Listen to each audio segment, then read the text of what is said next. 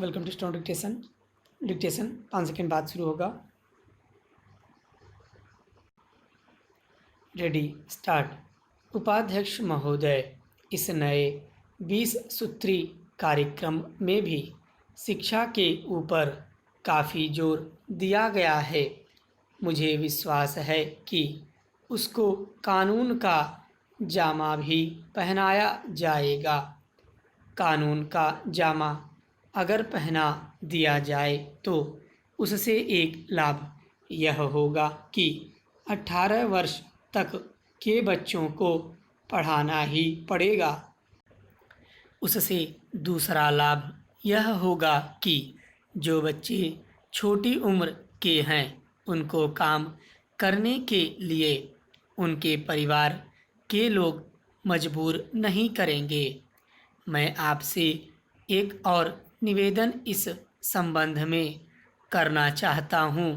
मेरा यह विश्वास है कि माननीय संसद सदस्य जब इसमें हिस्सा लेंगे तो ज़रूर उस पर प्रकाश डालेंगे। मैं निवेदन करना चाहता हूँ कि आज देश में अलग रहने की भावना बढ़ती चली जा रही है। आज स्थानीय दल केंद्रीय दलों से अधिक मजबूत होते चले जा रहे हैं। आज भाषा को लेकर विरोध है। भाषा कभी भी विरोध का विषय नहीं होनी चाहिए। भाषा के विषय में तो मेरा यह विचार है कि जितनी आसानी से बच्चा अपनी मातृभाषा में शिक्षा को ग्रहण कर सकता है उतना विदेशी भाषा में नहीं। विदेशी भाषा चाहे कितनी लचीली क्यों न हो, चाहे कितनी विकसित क्यों न हो, उससे बच्चे का विकास नहीं हो सकता। बच्चे की बुद्धि का विकास जितना उसकी मातृभाषा में किया जा सकता है उतना विदेशी भाषा के आधार पर नहीं किया जा सकता है। मेरी यह भी प्रार्थना है कि इस देश में विदेशी भाषाओं को प्रोत्साहन मिले। महात्मा गांधी जी ने यह कहा था कि मैं नहीं चाहूँगा कि मेरा देश एक कोठी बनकर रह जाए। महात्मा गांधी चाहते थे कि सभी प्रगतिशील राष्ट्रों के साथ मिलजुल कर हम चलें। मैं इस विचार का समर्थक हूँ। मैं किसी भाषा का विरोधी नहीं हूँ, लेकिन मातृभाषा में जितनी तेज़ी के साथ, जितनी मजबूती के साथ बच्चे की बुद्धि का विकास हो सकता है उतना अंग्रेजी से नहीं हो सकता। तमिल भाषा के बच्चों की बुद्धि हिंदी या अंग्रेजी से नहीं बढ़ सकती। इसी तरह मराठी और बांग्ला भाषा का है। इन तमाम भाषाओं में ऊंची से ऊंची शिक्षा बच्चे का मिल सके, इस तरह की व्यवस्था भी आज हमें करनी होगी। उपाध्यक्ष महोदय, मेरी यह मान्यता है कि जापान आज जापान नहीं बनता अगर वहाँ की शिक्षा जापानी भाषा में नहीं होती। इसी प्रकार जर्मनी आज जर्मनी नहीं बनता अगर वहाँ की शिक्षा जर्मन भाषा में नहीं होती। मेरा यह विश्वास है कि रूस आज रूस नहीं बनता अगर वहाँ रूसी भाषा में शिक्षा नहीं होती। इसी तरह से भारत में जब तक मातृभाषा न हो तब तक भारत विकसित नहीं हो सकता। उसके बच्चों की बुद्धि का विकास करके उसको आगे नहीं खड़ा किया जा सकता जब तक कि यहाँ के बच्चों की शिक्षा उनकी मातृभाषा के जरिए न हो। इसलिए जहाँ यह शिक्षा की प्रणाली 18 वर्ष के बच्चों को अनिवार्य हो, वहाँ यदि इसके लिए आवश्यकता पड़े तो संविधान में संशोधन करना चाहिए। उपसभापति जी, मैं निवेदन करना चाहता हूँ कि विकास के लिए हम जिस मात्रा में पूंजी लगा रहे हैं उस मात्रा में हमारे देश में उत्पादन में वृद्धि नहीं हो रही है। लोगों की क्रय की शक्ति बढ़ रही है, लेकिन उसके अनुसार बाजार में माल नहीं आ रहा है।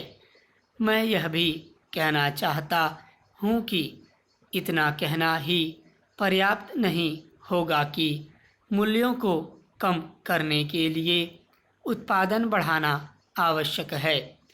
यह ऐसी चीज़ है जिसमें कभी किसी को मतभेद नहीं हो सकता है। देखने में यह आता है कि सरकार की नीतियाँ मूल्यों को बढ़ाने में तो सहायक होती हैं, लेकिन उनसे उत्पादन में वृद्धि नहीं होती है। मैं चाहता हूँ कि इस बात पर गंभीरता से विचार किया जाए कि माल को इधर उधर ले जाने में जो किराया देना पड़ता है उसके कारण मूल्यों में वृद्धि होती है।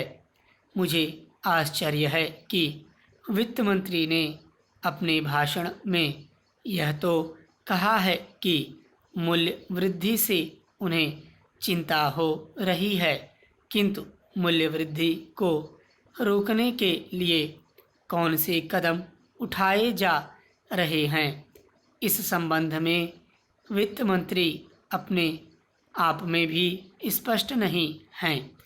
मैं उनके इस कथन से सहमत नहीं हूँ कि थोक मूल्यों में करीब 8% की वृद्धि हुई है। साधारण लोगों का जीवन बाजार भाव से चलता है। मुझे आश्चर्य है कि उन्होंने अपने भाषण में एक वाक्य ऐसा कहा है कि जिसका प्रयोग दूसरी जगह भी किया जा सकता है। अपने बजट में वित्त मंत्री ने विदेशी पूंजी को अधिक मात्रा में निमंत्रण देने की बात कही है। आज हमारे देश के आर्थिक विकास की जो स्थिति है उसमें बिना विदेशी पूंजी के हम नहीं चल सकते, लेकिन विदेशी पूंजी बड़ी मात्रा में देश में आए, इसके जो खतरे हैं उनको आँख से ओझल नहीं किया जाना चाहिए। यह बात अभी तक स्पष्ट नहीं हुई है कि हम जो विदेशी पूंजी देश में लाना चाहते हैं वह किन शर्तों पर लाना चाहते हैं। उद्योग धंधों में, कल कारखानों में विदेशी पूंजी का हिस्सा बहुत कम है। यह बात वित्त मंत्री ने कही है। ध्यान देने की बात यह है कि विदेशी पूंजी पर हमारे देश में जो मुनाफा हो रहा है वह अन्य देशों की तुलना में काफ़ी है, और यदि विदेशी पूंजी मुनाफे के लिए देश में आना चाहती है तो उसे अभी काफ़ी सुविधाएं दी जा रही हैं। मैं आपके माध्यम से सरकार का ध्यान इस बात की ओर भी दिलाना चाहता हूँ कि हमारे देश में धन कुछ ही हाथों में इकट्ठा होता जा रहा है। यह स्थिति ठीक नहीं है। सरकार को गंभीरता के साथ इस समस्या पर विचार करना चाहिए और यह देखना चाहिए कि हमारे देश का धन कुछ ही पूंजीपतियों के हाथों में न जाने पाए। सरकार ने इस संबंध में कुछ कदम उठाए हैं। पूंजी को कुछ ही हाथों में जाने से रोकने के लिए सरकार को प्रयत्न करना चाहिए। स्टॉप।